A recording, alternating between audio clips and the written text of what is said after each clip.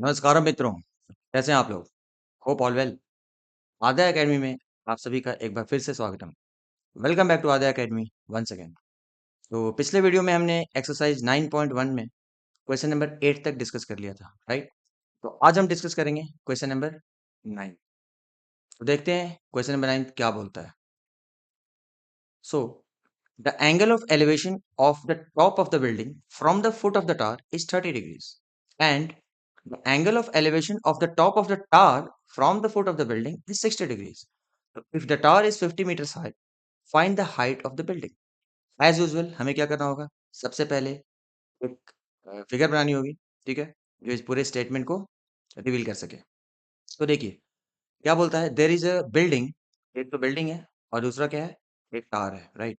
तो नॉर्मली क्या होता है कि टावर की हाइट जो होती है, वो बिल्डिंग से ज़्यादा होती है, इज़न्ट इट? एक काम करते हैं, पहले मैं एक ग्राउंड लेवल आपको ड्रॉ करता हूँ। This is the ground, okay. और इस ग्राउंड पे एक तरफ मैं टावर खड़ा करता हूँ, ठीक है? ये देखिए, ये जो है लाइन है, this is representing the tower, okay. और ये जो लाइन है ना ग्राउंड से, ये जो है this is representing a building. Is this clear? तो बिल्डिंग को क्या है मैंने थोड़ा शॉर्टर रखा है as compare to the tower. Okay friends, देखिए टावर का मैं लेवलिंग करता हूँ ए, बी से, राइट? और जो बिल्डिंग है उसको मैं लेबलिंग करता हूँ सी डी से। यहाँ तो कोई प्रॉब्लम? ओके। अब देखिए क्या बोलता है, the angle of elevation of the top of the building from the foot of the tower. Top of the building, top of the building क्या है? This point is the top of the building. Angle of elevation of the top of the building from the foot of the tower. देखिए ये tower का foot है, यानी कि कोई observer है जो टावर के फुट पे खड़ा है, ठीक है ना? और यहाँ से बिल्डिंग के टॉप को देख रहा है। From this point is what? Foot of the tower. From the foot of the tower angle of elevation of the top of the building is given to you. तो एक काम करते हैं, ये मान लीजिए यहाँ पे ऑब्जर्वर है, ठीक है? तो पहले तो ये उसका normal horizontal line of site है, इज़न्ट इट? लाइक दिस, ठीक है? और अब क्या कर रहा है? इस ऑब्जर्वर को जो कि फुट ऑफ द टावर पे है, उसको बिल्डिंग के टॉप को देखना है। तो don't you think now this will be the line of site, ठीक है? यानी कि अब वो अगर बिल्डिंग के टॉप को देखना चाहता है, so this is going to be the line of sight. Are you getting? तो हॉरिजॉन्टल के रेस्पेक्ट में पहले वो ऐसे देख रहा था, this was the horizontal side. अब टावर के सॉरी बिल्डिंग के टॉप को देखना है, so this becomes the line of sight. तो ये क्या हो जाएगा? This will become the angle of elevation of the top of the building from the foot of the tower. It is clear? और यहाँ पर क्या दिया हुआ है? The angle of elevation of the top of the building from the foot of the tower का angle of elevation जो है वो हमें दिया हुआ है 30 डिग्रीज। यानी कि ये जो एंगल है ये हो गया 30 degrees. Any problem friends? Okay, अब आगे देखते हैं। And the angle of elevation of the top of the tower from the foot of the building. अब देखिए, अब एक दूसरा ऑब्जर्वर है जो बिल्डिंग के फुट पे खड़ा है, वो बैठा है, लाइक यहाँ पे, यानी कि बिल्डिंग के फुट पे है। और बिल्डिंग के फुट से वो क्या है? टावर के टॉप को देख रहा है। This is the top of the tower, right? तो from the foot of the building अगर टावर के टॉप को देखना है, so this will become the line of sight. This will become the line of sight. Is this clear friends? This becomes the line of sight. देखिए मैं arrows बना रहा हूँ, आपको बनाने की जरूरत नहीं है, वो सिर्फ दिखा रहा हूँ कि this is the line of site. Okay, तो देखिए ये था इसका, अगर ये ऑब्जर्वर है, ठीक है? तो पहले अगर नॉर्मली वो अगर टावर को देखता तो हॉरिजॉन्टल विजन क्या होता? इस डायरेक्शन में होता, this was the horizontal side. लेकिन अगर टावर के टॉप को देखना है, so this is becoming the line of sight. तो ये हॉरिजॉन्टल साइड से, ठीक है? ये जो अगर टॉप को देखने के लिए जो लाइन ऑफ साइट है, इसके बीच का एंगल कितना दिया है? This becomes the angle of elevation. So this becomes the angle of elevation of the top of the tower from the foot of the building. ये लाइन ऑफ साइट है, ये horizontal site है। तो horizontal site से कितना elevate हो गया angle? कितना एंगल? और वो हमें दिया हुआ है कितना? 60 डिग्रीज। Is this clear? तो ये जो एंगल है ये है 60 degrees. I hope this is clear friends. तो अब क्या बोल रहा है? If the tower is 50 metres high, ये देखिए ये टावर की हाइट दी हुई है कितना? It's given as 50 metres. 50, this is 50 and this is metres. तो जो टावर की हाइट है वो 50 मीटर्स है। तो मुझे क्या बोल रहा है? Find the height of the building. यानी कि हमें बिल्डिंग की हाइट फाइंड करनी है। यानी इनडायरेक्टली हमें क्या फाइंड करना है? C D. बिल्डिंग को हमने रिप्रेजेंट किया किससे? सी डी से। तो हमें क्या फाइंड करना है? C D is what we have to calculate because CD is the height of the building. Okay friends, अब एक और चीज, ये बिल्डिंग हो या फिर टावर हो, ठीक है, और ये ग्राउंड है, तो ऑब्वियसली बिल्डिंग भी जो है ग्राउंड से 90 डिग्रीज पे है, राइट, और ये टावर भी जो है वो भी ग्राउंड से 90 डिग्रीज पे है। अगर ये फिगर आपने बना लिया तो फिर कुछ क्वेश्चन में है ही नहीं, काफी आसान बनने वाला है, isn't it? देखिए कैसे आसान बनता है। तो again just like previous question जो हमने पुराने वीडियोस में डिस्कस किए हैं, हम देख सकते हैं कि यहाँ पे दो ट्रायंगल फॉर्म हो रहा है, दो राइट ट्रायंगल फॉर्म हो रहा है। कौन सा? एक तो हो रहा है A B D. A B D is a right angle triangle, isn't it? और दूसरा राइट एंगल ट्रायंगल कौन सा है? C D B. देखिए सी डी राइट एंगल है, 90 डिग्री है कहाँ पे? डी पे। तो C D B is also a right angle triangle. इन दोनों राइट एंगल ट्रायंगल का हम यूज करते हैं और देखते हैं कि हम सी डी का पता कैसे करते हैं। Okay friends, so let's start. सबसे पहले क्या है, आपको जो ट्रायंगल कंसीडर करना है उसको मेंशन करना पड़ेगा। तो पहले मैं, सिंस इस ये जो साइड है दिया हुआ है मुझे, तो पहले मैं ट्रायंगल ए बी डी को कंसीडर करता हूँ। Is this clear? सो पहले मैं क्या करूंगा, in triangle A B D, सबसे पहले हम ट्रायंगल ए बी डी को कंसीडर कर रहे हैं। ए बी डी, ये ट्रायंगल जैसा दिख नहीं रहा है, इसलिए मैं इसको थोड़ा इरेज कर देता हूँ यहाँ पे और प्रॉपर ट्रायंगल बनाता हूँ। ओके, ये देखिए यहाँ पे मैं लिखता हूँ in triangle ABD. Now it's clear. तो इन ट्राइंगल एबीडी कौन सा एंगल हमें पता है? ये एंगल हमें पता है 60, राइट। और इसके रेस्पेक्ट में हमें इसका ऑपोजिट साइड पता है। देखो हमें ध्यान सिर्फ इस ट्राइंगल पे देना है, ठीक है, जो कि राइट एंगल ट्राइंगल है। उसमें ये एंगल मुझे पता है 60, और इस एंगल के रेस्पेक्ट में मुझे इसका ऑपोजिट साइड पता है। ऑपोजिट साइड का मतलब मुझे परपेंडिकुलर पता है, और ये बेस मुझे पता नहीं है, which is the adjacent, right. तो भैया परपेंडिकुलर और बेस, जब ट्रायंगल में परपेंडिकुलर और बेस में हमें रिलेशन बनाना होता है तो हम क्या यूज करते हैं? हम यूज करते हैं tan थीटा। क्या?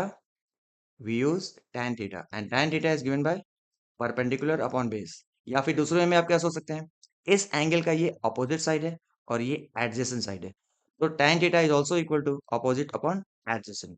तो आपको जैसे इच्छा हो आप कर सकते हैं। अब क्या है, यहाँ वैल्यूज पुट करना है।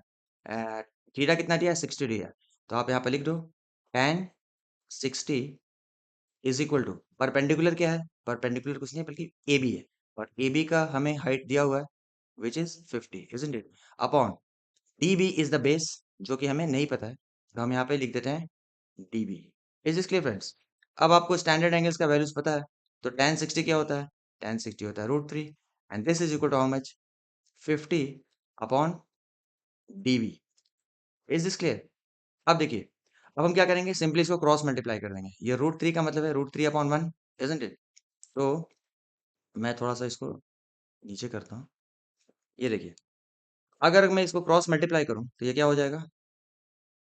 दिस इंटू दिस, यानी कि √3 इंटू डीबी, यानी कि √3 इंटू डीबी मतलब हो गया √3 dB। Is this clear? And this is equal to 50 into 1, which is equal to 50। Okay, अब देखिए, तो डीबी क्या हो जाएगा? So DB will be equal to how much? 50 divided by √3, 50 divided by √3। Is this clear? और ये क्या हो गया? मीटर्स। अभी आप इसको चाहो तो रेशनलाइज कर भी सकते हो और नहीं भी कर सकते हो, ठीक है। तो लेट्स सी, जरूरत पड़ेगी तो कर लेंगे। ओके, बट अभी आप इसको फिलहाल ऐसे ही रहने दीजिए। डी भी हमें कितना मिला?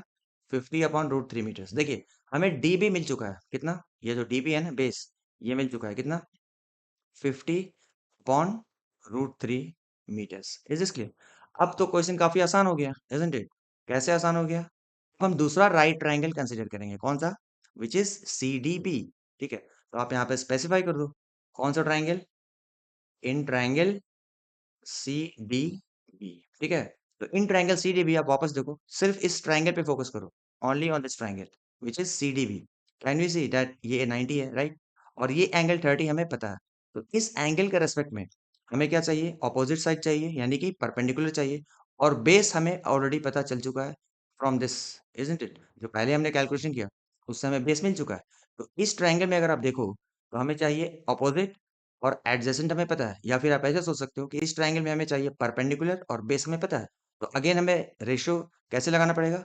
Perpendicular and base, perpendicular and base, और परपेंडिकुलर बेस में कौन सा रेशियो लगता है? ऑब्वियसली tan थीटा लगता है। सो tan थीटा जो होता है वो क्या होता है? वो होता है परपेंडिकुलर अपॉन बेस, और tan थीटा यहाँ पे क्या है? Theta is 30 degree. तो आप लिख सकते हो tan of 30, tan 30 is equal to perpendicular क्या है, ये है perpendicular which is C D. तो परपेंडिकुलर की जगह पे आप सी डी लिख दो, और बेस की जगह पे हम क्या लिखेंगे, बेस की जगह पे हम लिखेंगे D B, isn't it? Okay. अब आपको पता है कि tan 30 क्या होता है, वो होता है 1/√3। Is it clear? And this is equal to C D, हमें ढूंढना है तो आप उसको फिलहाल वैसा ही लिख दो। और डी बी, अब देखो फ्रेंड्स, डी बी जो है ना, हमने यहाँ पे कैलकुलेट किया था क्या, 50 डिवाइडेड बाय √3, 50 डिवाइडेड बाय √3। तो मैं डीबी की जगह क्या लिख दूंगा, 50 divided by √3, isn't it? So this CD is getting divided by 50 upon √3। तो अगला स्टेप क्या होगा, 1/√3, 1/√3 इज इक्वल टू, अब ये √3 जो है ना, ये ऊपर चला जाएगा। ठीक है, ये √3 ऊपर चला जाएगा, ये तो आपको अभी तक पता होगा। अच्छा, नहीं पता तो मैं आपको बताता हूँ कैसे। ये √3 चला जाएगा ऊपर, तो ऊपर चला जाएगा मतलब it will be C D into √3, और नीचे क्या बचा, 50। Is this clear? अब ये कैसे ऊपर गया वो मैं तो आपको एक्सप्लेन कर रहा हूँ, देखिए इधर। अगर पता है पहले से तो इस अच्छी कोई बात ही नहीं है, लेकिन just for your information I am trying to tell you. ये देखिए, हमारे पास क्या था, सी डी डिवाइडेड बाई 50√3। तो मैं इसको सिंपली ऐसे लिख दूंगा, सी डी डिवाइडेड बाई 50/√3, ऐसा ही कुछ था ना। सी डी जो है ना, वो डिवाइडेड बाई 50√3 था, तो मैंने इसको इस तरीके से लिख दिया, सी डी डिवाइडेड बाई 50√3। अब आपने अपने जूनियर क्लासेस में पढ़ा होगा कि ये जो सी डी डिवाइडेड बाई 50√3 है, isn't it? तो मैं अगर उसको सी डी इंटू जब करता हूँ, इंटू करने पे क्या होता है, ये आपने जूनियर क्लास में पढ़ा है, तो ये रेसिप्रोकल होता है, isn't it? यानी जो 50√3 है वो क्या बन जाएगा, √3/50। And this is the reason, ये देखिए, ये जो चीज़ था मैंने क्या लिखा है, सी डी इंटू √3/50। देखिए, ये जो चीज़ है ना, ये एंटायर थिंग, इसको मैंने किससे रिप्लेस किया, सी डी इंटू √3/50। और ये कैसे हुआ वो मैंने आपको यहाँ पे एक्सप्लेन कर दिया। Is it clear friends? तो ये एक सिंपल जनरल इन्फॉर्मेशन था जो आपको पहले से पता होना चाहिए। Okay, now let's go ahead. ये देखिए, अब हम इसको क्या करेंगे, क्रॉस मल्टीप्लाई कर देंगे, 1/√3 is equal to C D into √3/50। तो this into this is equal to this into this, तो ये क्या है, √3 इंटू सी डी इंटू √3। तो √3 इंटू √3 क्या होगा, 3 हो जाएगा, इजंट इट? √3 इंटू √3 क्या होगा, 3 हो जाएगा। And into C D will remain as such, यानी कि 3 CD is equal to 1 into 50 क्या होता है, ऑब्वियसली 50 होता है। Is it clear? इससे हमें सी डी क्या मिला, इससे हमें सी डी क्या मिला, तो C D is nothing but, C D is nothing but 50 divided by 3। Is this clear? तो this is the value of C D, और ये सी डी क्या है, सी डी है ना हाइट ऑफ द बिल्डिंग। हमें क्या फाइंड करना था, find the height of the building. Height of the building in this figure is nothing but C D. तो सी डी हमें मिल गया 50√3 मीटर्स। अब आप इसको चाहो तो डेसिमल्स में करो या फिर इसको मिक्स फ्रैक्शन में करो, ठीक है ना। अगर मैं चाहूँ तो 50/√3 को डेसिमल में भी कर सकता हूँ। इसको मैं अगर 50/3 को डिवाइड करूंगा तो ये क्या हो जाएगा, 3 1 जा 3। ये देखिए, मैं सिंपली यहाँ करके दिखा दे रहा हूँ। ये क्या हो जाएगा, 3 1 जा 3, राइट। रिमाइंडर यहाँ कितना बचा, 2 बचा, तो ये 20 हो गया। 3 6 जा 18, वापस डेसिमल डालोगे फिर वो 20 बन गया। तो 3 6 जा 18, 3 6 जा 18, मतलब ये ऐसे चलता रहेगा। 16.66, जिसको हम 16.7 भी लिख सकते हैं। तो दूसरा तरीका ये हो गया। और तीसरा तरीका क्या है, इसको मिक्स्ड फ्रैक्शन में लिख दो। ये आपको इम्प्रॉपर फ्रैक्शन में है ना, 50/3 है। इसको आपने जूनियर क्लासेस में बच्चों ने पढ़ा है कि इसको आप मिक्स फ्रैक्शन में कैसे कर सकते हो। तो कैसे करते हैं, याद है आप लोगों को? चलिए मैं इधर करके दिखा देता हूँ साइड में। ये देखिए, ये सिंपली एक इन्फॉर्मेशन दे रहा हूँ। इधर क्या करूंगा मैं, 50 को 3 से डिवाइड करना है, तो यहाँ पर चुपचाप आप 50 लिख दो। और जो बचपन में आपने पढ़ा है, डिवाइडेड बाई 3। सो 3 1 जा 3, राइट। माइनस करेंगे तो क्या बचा, रिमाइंडर 2। ये जीरो नीचे आएगा, राइट।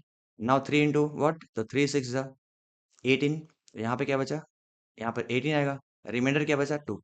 जब भी हमें इम्प्रॉपर फ्रैक्शन को जब मिक्स फ्रैक्शन में करना होता तो हम क्या करते थे, सबसे पहले क्वोशंट लिखते थे। तो मैं क्या लूंगा, इससे एक और चीज मिल जाएगा सी डी का, C D is also equal to, quotient को आप पहले लिख दो, तो ये हो गया 16, राइट। और यहाँ जो रिमाइंडर बचता है उसको हम ऊपर में लिखते हैं 2 अपॉन, जिससे डिवाइड किया था उसको नीचे लिखते हैं। तो ये भी एक तरीका हो गया सी डी को फाइंड करने का। मतलब फाइंड करने का तरीका क्या, मतलब आंसर को प्रेजेंट करने का एक तरीका हो गया, ये हो गया मीटर्स। तो देखिए, सी डी हमने 3 तरीके से फाइंड किया, क्या, C D is equal to 50/√3। अगर ऐसे आपको खुशी मिलती है तो ऐसे ही छोड़ दीजिए। अगर इसको डेसिमल में करना है तो आप इसको डेसिमल में कर सकते हो। और अगर आपको इसको मिक्स फ्रैक्शन में करना है तो आप मिक्स फ्रैक्शन में भी कर सकते हो। अब आप अपने टेक्स्ट बुक से मैच कर लेना कि ये CD जो है 50/√3 है या 16 इंटू सिक्स सिक्स, एक्चुअली ये 16.67 हो जाएगा अगर हम round to two decimal place करेंगे, और नहीं तो फिर मिक्स फ्रैक्शन में होगा तो 16 2/3 होगा। Is this clear friends? तो आपको हमने 10th के साथ साथ कुछ जूनियर क्लासेस के भी लेसन्स दे दिए हैं। ओके, तो आई होप आपको ये वीडियो समझ में आ रहा होगा। और अगर ये वीडियो आपको पसंद आ रहा है, अगर आपको चीज़ें समझ में आ रही हैं, तो please like the video and अपने दोस्तों के साथ शेयर ज़रूर कीजिए। ओके फ्रेंड्स, आइए अब हम लोग आते हैं नेक्स्ट क्वेश्चन में। नेक्स्ट क्वेश्चन क्या है? क्वेश्चन नंबर 10, ठीक है? अब ये क्या बोलता है देखिए, two poles of equal heights, दो पोल हैं और दोनों के हाइट्स क्या है? सेम है, इक्वल है। Are standing opposite to each other on either side of the road. मतलब एक रोड है, चलो मैं इसको फिगर ड्रॉ कर लेते हैं पहले। ये देखिए, ये मान लीजिए रोड है, ठीक है? ये रोड हो गया, ठीक है? ये रोड का एक एंड हो गया, एक साइड, और ये रोड का दूसरा साइड हो गया। तो according to question there are two poles जो जिनका हाइट्स तो इक्वल है, and they are standing on opposite to each other on either side of the road. तो मैं दो पोल को ड्रॉ करता हूँ, जो कि रोड के, एक पोल तो रोड के एक साइड में है, लाइक दिस। ये पहला पोल हो गया, ठीक है? थोड़ा और लंबा कर दो, ठीक है? और ये हो गया दूसरा पोल, जो कि रोड के दूसरे साइड में है। Is it clear? और ये दोनों पोल्स की हाइट सेम है। देखो, पहला पोल मैं लिखता हूँ as A B, is this clear? और दूसरा पोल मैं लिखता हूँ as C D, and both are equal. A B जितना है उतना ही सी डी भी है, ठीक है? ये दो पोल क्या हो गए? ए से लेकर बी तक, राइट? और ये क्या है? रोड है। रोड की विड्थ कितनी है? B D. Is this clear? और दूसरा जो पोल है वो है C and D. I hope this is clear friends. तो अब आगे क्या बोलता है देखते हैं। Which is 80 metre wide on either side of the road which is 80 metres wide, यानी कि रोड का विड्थ हमें दिया हुआ है, यानी इनडायरेक्टली मुझे बीडी दिया हुआ है। तो टोटल बीडी कितना है भाई? वो है 80 मीटर्स, इजंट इट? बीडी का जो टोटल विड्थ है वो कितना दिया हमें? 80 मीटर्स दिया है। आगे देखिए, from a point between them on the road, from a point between them on the road. अब बिटवीन का मतलब ये नहीं होता है कि बिल्कुल एग्जैक्टली मिड पॉइंट पे है, ठीक है? बिटवीन मतलब anywhere in between B and D. तो लेट्स से कि ये पॉइंट है, let's say this is the point. तो क्या बोलता है? From a point, let's say this is the point, ये मान लीजिए पॉइंट पी हो गया। तो from a point between the road, the angles of elevation of the top of the poles are 60 and 30। यानी कोई एक ऑब्जर्वर है जो पॉइंट पी पे है, ठीक है? वो क्या करता है? पोल के भी टॉप को देखता है और दोबारा इस पोल के भी टॉप को देखता है। अगर ये मान लीजिए कि इस पोल के टॉप को देखेगा, तो क्या होगा? This will be the line of site, isn't it? This will be the line of site, and ये आपका हॉरिजॉन्टल साइट है और ये आपका लाइन ऑफ साइट है, किसको देखने के लिए? Top of the pole. So this will represent what? Angle of elevation, isn't it? तो ये कितना दिया है हमें? 60 डिग्रीज दिया है, राइट? ये 60 डिग्रीज दिया है। और इसी पॉइंट से अगर दूसरे पोल के टॉप को देखता है, ये दूसरे पोल का टॉप है, राइट? और इसी पॉइंट से देखता है, सो लाइन ऑफ साइट क्या होगा? So line of sight will be this, isn't it? This will be the line of sight, यानी कि बीच से अगर टॉप को देखेगा, ठीक है? So this becomes the line of site. और ये क्या था? हॉरिजॉन्टल साइड था इसका। तो हॉरिजॉन्टल साइड के रेस्पेक्ट में ये एंगल कितना ऊपर उठ गया? This will be the angle of elevation, अगर वो ये वाले टॉप के, ये वाले पोल के टॉप को देखना चाहता है। And this is given to us as 30 degrees. एक बार देख लीजिए क्वेश्चन में क्या लिखा है। From a point between the road, between them on the road, तो this is a point which is between them on the road, angles of elevation of the top of the poles are 60 and 30। So top of the poles को जब देखता है, ये वाले पोल के top को देखता है तो 60 डिग्री एंगल ऑफ एलिवेशन, और ये पोल के टॉप को देखता है तो 30 डिग्री है एंगल ऑफ एलिवेशन। तो क्वेश्चन क्या दिया है? Find the height of the poles, poles के हाइट फाइंड करना है, and the distances of the point from the poles, यानी ये पॉइंट जो है पोल से कितने डिस्टेंस पे है, यानी हमें डीपी फाइंड करना है और बीपी फाइंड करना है, और एक और चीज क्या फाइंड करनी है? Find the heights of the पोल।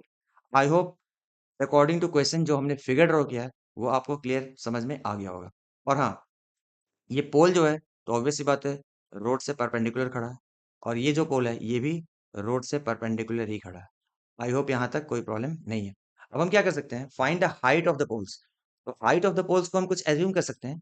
मान लीजिए मैं हाइट ऑफ द पोल को एच से, या फिर चलो मैं एक्स से रिप्रेजेंट करता हूँ। I am taking X as the height of the pole. अगर ये पोल की हाइट एक्स है, ऑब्वियस सी बात है ये पोल की हाइट भी एक्स ही हो रहेगी because they are of equal heights. Is this clear? और दूसरा चीज मैं क्या ले रहा हूँ, ये जो पॉइंट पी है ना, मैं एज्यूम कर रहा हूँ कि ये वाले पोल से इसकी जो डिस्टेंस है वो है वाई।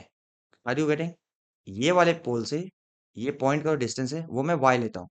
तो आप बताओ कि फिर ये वाले पोल से ये पॉइंट का डिस्टेंस कितना होगा? भाई ये टोटल 80 है। ये टोटल कितना है? बी से लेकर डी कितना है? 80 है। और डी से लेकर पी तक पी है। ऑब्वियस सी बात है, बी से लेकर पी तक कितना होगा? That will be 80 minus y. इसमें कोई बहुत बड़ा रॉकेट साइंस तो है नहीं। तो ये जो लेंथ है यानी कि बी से लेकर कहाँ तक? पी तक, ये कितना है? 80 माइनस वाई। तो हमने क्या लिया, ध्यान दीजिए। पी पॉइंट जो है ना उसका लेंथ या डिस्टेंस बी वाले पॉइंट से यानी ये वाले पोल से वाई लिया है, और ये वाले पोल से उसका जो डिस्टेंस हमने लिया है 80 माइनस वाई, क्योंकि अगर ये वाई है तो ये 80 माइनस वाई हो जाएगा बिकॉज ये टोटल जो विड्थ है वो 80 है। अब बस टेंशन खत्म। एज यूजुअल हमें क्या दिख रहा है? एक राइट ट्राइंगल ये दिख रहा है which is A B P, और दूसरा राइट ट्राइंगल क्या दिख रहा है? C D P. ये थोड़ा पी को मैं ठीक से लिख देता हूँ। This is your point P. Is this clear? ये पॉइंट पी है। आई होप दिस इज क्लियर। तो देखिए अब हम क्या करेंगे, दो ट्रायंगल कंसीडर करेंगे, पहले ये और फिर ये। ठीक है, तो पहले मैं कंसीडर करता हूँ triangle C D P. C D P, always write the triangles which you are considering. So in triangle C D P, पहले मैं सी डी पी ट्राई कर रहा हूँ। सी डी पी, ये देखिए एंगल दिया हुआ है राइट, और इस एंगल के रेस्पेक्ट में हमें दो साइड्स कौन से दिए हुए हैं, मतलब हमने एज्यूम किया है, एक तो है अपोजिट और दूसरा है एडजेसेंट। अपोजिट, एडजेसेंट, या फिर आप इसे बोलो perpendicular and base. Perpendicular and base, तो कौन सा रेशियो लगने वाला है? ऑब्वियसली बात है, tan लगने वाला है। So I can say that tan theta is equal to what? Perpendicular upon base, isn't it? और थीटा यहाँ पे क्या है? 60 है। तो मैं लिख दूंगा tan ऑफ 60। क्या लिखूंगा मैं? tan of 60 is equal to perpendicular क्या है हमारा? सी डी है, और सी डी को हमने क्या लिखा है? एक्स लिखा है। तो यहाँ पे आप लिख दो एक्स अपॉन, और बेस को क्या लिया है हमने? बेस को लिया वाई, तो यहाँ पे वाई लिख दो। Any problem? अब देखिए tan 60 क्या होता है? वो होता है √3, and this is equal to x upon y. अब इसको क्रॉस मल्टीप्लाई जब करोगे तो आपको एक रिलेशन मिल जाएगा एक्स और वाई में। चलिए इसको जरा क्रॉस मल्टीप्लाई कर लेते हैं। बहुत सिंपल है, देखिए क्रॉस मल्टीप्लाई जब करोगे आप तो क्या मिलेगा? This into this is equal to this into this, तो 1 इंटू एक्स क्या होगा? It is x, and this is equal to √3 into y, यानी कि √3 वाई। Is this clear? तो इससे क्या है कि x is equal to √3 y, तो अगर मुझे कहीं x मिलेगा तो उसको मैं रिप्लेस करता हूँ √3 वाई से रिप्लेस कर सकता हूँ। ओके फ्रेंड्स, अब आते हैं हम आप लोग अपने नेक्स्ट ट्राइंगल में, जो कि कौन सा होने वाला है? ये वाला triangle which is A B P है, क्योंकि हमने इसको ऑलरेडी कंसिडर कर लिया। तो अब हम करेंगे एबीपी ट्रायंगल को कंसीडर। तो काइंडली यहाँ पे लिख दीजिए इन ट्रायंगल क्या? ABP. In triangle A B P. अब इसमें ऑब्जर्व कीजिए क्या हमें करना है। देखिए ये ट्रायंगल में this is the angle which is given to us which is 30 degree, और इसके रेस्पेक्ट में हमें जो दो साइड मैं कंसीडर कर सकता हूँ, एक तो ये ए बी और दूसरा क्या है? बीपी। एक तो है ए बी और दूसरा क्या है? पीपी। तो इस एंगल के रेस्पेक्ट में ये कौन सा साइड है? ये है परपेंडिकुलर, और ये क्या है? ये है बेस। या फिर ऐसे भी बोलिए, इसके रेस्पेक्ट में ये है अपोजिट और ये क्या है? एडजेसेंट। तो या तो आप अपोजिट अपॉन एडजेसेंट का रेशियो लगाओ, या तो फिर परपेंडिकुलर अपॉन बेस का लगाओ। तो परपेंडिकुलर अपॉन बेस क्या होता है? ऑब्वियसली tan थीटा होता है। तो मैं क्या लूंगा? tan of theta is nothing but perpendicular upon base. ये मैंने जनरल फॉर्मूला लिख दिया, और थीटा क्या दिया है? 30। तो आप उसको आगे बढ़ो। So I will write tan 30 is equal to perpendicular क्या है भाई? ये भी है, तो यहाँ पे आप x लिख दो राइट। और बेस क्या है? Base is BP which is nothing but 100, sorry 80 minus y. 180 नहीं है, 80 माइनस वाई। तो यहाँ पे आप लिख दो 80 minus y. Is this clear friends? अब आगे बढ़ते हैं। देखिए tan 30 क्या होता है? tan 30 होता है 1/√3 होता है, इज इक्वल टू, अब देखो यहाँ पर हमें एक रिलेशन मिला था that x is equal to √3 y. X is equal to √3 y, यानी ये जो x है ना वहां पर मैं क्या लिख सकता हूँ? √3 वाई लिख सकता हूँ। So this is what I am going to do, in place of x I am going to write √3 y. क्यों कर रहा हूँ? ताकि ये एक इक्वेशन बने जिसमें एक ही वेरिएबल हो राइट। अभी क्या है? x और y दोनों है। अगर मैं x को √3 वाई से रिप्लेस कर दूंगा तो अब जो मुझे इक्वेशन मिलने वाला है उसमें एक ही वेरिएबल रहेगा जो कि हम इजिली सॉल्व कर सकते हैं। सो x की जगह लिख दिया √3 वाई, और नीचे क्या बचा? नीचे बचा 80 minus y. Is this clear? अब हम क्या करेंगे? इसको सिंपली क्रॉस मल्टीप्लाई कर देंगे। तो थोड़ा सा क्रॉस मल्टीप्लाई अगर करें इसको तो क्या होगा भाई? ये देखिए दिस मतलब √3 इंटू √3 क्या होगा 3 एंड दैट इंटू वाई यानी कि हो जाएगा 3y। Is this clear? And this is equal to 1 into anything is the same thing. तो 1 इंटू 80 माइनस वाई क्या हो जाएगा? ऑब्वियसली होगा 80 minus y. Is this clear? अब मैं क्या करूंगा, ये y को मैं इधर ला दूंगा, यानी राइट से लेफ्ट में लाऊंगा। सो क्या हो जाएगा 3y plus y is equal to 80, isn't it? और 3y प्लस वाई, अब देखो मैं इसको यहाँ पर कंटिन्यू कर देता हूँ, ठीक है? ये देखिए 3y प्लस वाई क्या होगा 4y हो जाएगा। So I can say that 4y is equal to 80, isn't it? तो इससे मुझे y मिल जाएगा क्या, y is equal to 80 divided by 4, 80 divided by 4। तो y क्या मिला मुझे, y मिला 20, 4 1 जा 4 2 जा, तो ये मिला 20 मीटर्स। तो देखिए y हमें मिला 20 मीटर्स, क्योंकि हमें क्वेश्चन में क्या दिया था कि ये पॉइंट P जो है ना, उसका डिस्टेंसेस क्या है फ्रॉम द पोल्स। देखिए and the distances of the point from the pole, यानी ये पॉइंट P जो है ना, ये पॉइंट P पोल से कितने डिस्टेंसेस पे है। तो अगर आप देखिए मुझे y मिल गया, यानी ये पॉइंट P जो है ना, y कितना मिला हमें 20, यानी ये पॉइंट P जो है, ये ये वाले पोल से कितने डिस्टेंस पे है, 20 के डिस्टेंस पे है, 20 मीटर्स के डिस्टेंस पे है। Are you getting? लेकिन अभी हमें क्या फाइंड करना है, हाइट भी फाइंड करनी है भाई, हाइट ऑफ द पोल्स भी हमें कैलकुलेट करना है। तो उसके लिए हम थोड़ा आगे बढ़ते हैं और देखते हैं कि एच क्या है। हाइट हमने क्या लिया, एक्स लिया है। अगर मैं एक्स फाइंड कर दूं तो इनडायरेक्टली मुझे हाइट ऑफ पोल्स भी मिल जाएंगे। एक्स के लिए हमें कुछ एक्सप्रेशन देखिए क्या है, ये वाला अगर मैं इक्वेशन यूज करूं, दिस वन, राइट? एक्स क्या है, X is √3y and X is nothing but the height of the pole. तो हम थोड़ा आगे बढ़ सकते हैं, कैसे? मैं लूंगा x is equal to √3 into y, यानी कि √3y, और y हमें मिल चुका है 20। तो x क्या मिलेगा, x will be √3 into 20। I hope this is clear. तो x क्या हो गया, अ, आप या तो इसको डायरेक्टली लिख सकते हो, x is equal to 20 √3 and obviously unit क्या होगा, मीटर होगा। एक्स जो है ना, ये कितना मिला हमें 20 √3, और ये एक्स क्या है, actually X is nothing but the height of the poles. तो आप यहाँ पर चाहो तो स्टेटमेंट लिख दो, therefore height of the pole, height of pole लिखो या पोल्स लिखो, बिकॉज दोनों का हाइट सेम है। So height of the poles is equal to how much, 20 √3 meters. तो ये तो आपका पहला पार्ट हो गया कि हाइट ऑफ द पोल्स क्या है। और दूसरे से हमने पूछा था कि ये पॉइंट पे ये पोल से कितने डिस्टेंस पे है। तो देखिए एक तो डिस्टेंस हमें मिल गया y is equal to 20 meter. I can say that ये जो है ना 20 मीटर, देखो अब ये पॉइंट पी जो है ना, एक पोल जो है उससे क्लोज है, इजंट इट? एक पोल जो है ना सी डी, ये इससे नजदीक है, राइट? और ये दूसरा पोल जो है ना ए बी, ये इससे दूर है, इजंट इट? पॉइंट पी जो है ना, ये 20 मीटर है किससे, फ्रॉम द नियरर पोल। तो I can add on a statement, y is 20 का मतलब क्या है, दिस पॉइंट, यानी कि point is at 20 metres, point is at 20 metres from nearer pole, from nearer pole, pole which is near to the point. Okay, तो ये तो एक तरीका हो गया कि point is at 20 metres from the nearer pole. लेकिन मैं दूसरे तरीके से भी तो बोल सकता हूँ ना, ये जो पॉइंट है पी, ये बी से कितने डिस्टेंस पे है, वो है 80 माइनस वाई के डिस्टेंस पे। तो थोड़ा सा हम इसको और स्क्रॉल करते हैं। ये देखिए क्या बोल रहा हूँ मैं, ये जो पी पॉइंट है ना, पी, पी जो है ये बी से, पी और बी के बीच का डिस्टेंस क्या है, 80 माइनस वाई भी तो है ना। तो I can say that B P, एक और स्टेट मेरा ऐड कर दें यहीं पे, बीपी जो है वो कितना है, बीपी जो है मिला वो कितना मिला, 80 माइनस वाई मिला, isn't it? BP was 80 minus y. तो अगर मैं बीपी की बात करूं तो वो कितना हो जाएगा, 80 माइनस वाई हमें मिल चुका है कितना, 20, इजंट इट? Y is 20। तो बीपी कितना मिल जाएगा, बीपी विल बी 80 माइनस 20 कितना होता है, 60 होता है। तो ये भी एक तरीका हो गया।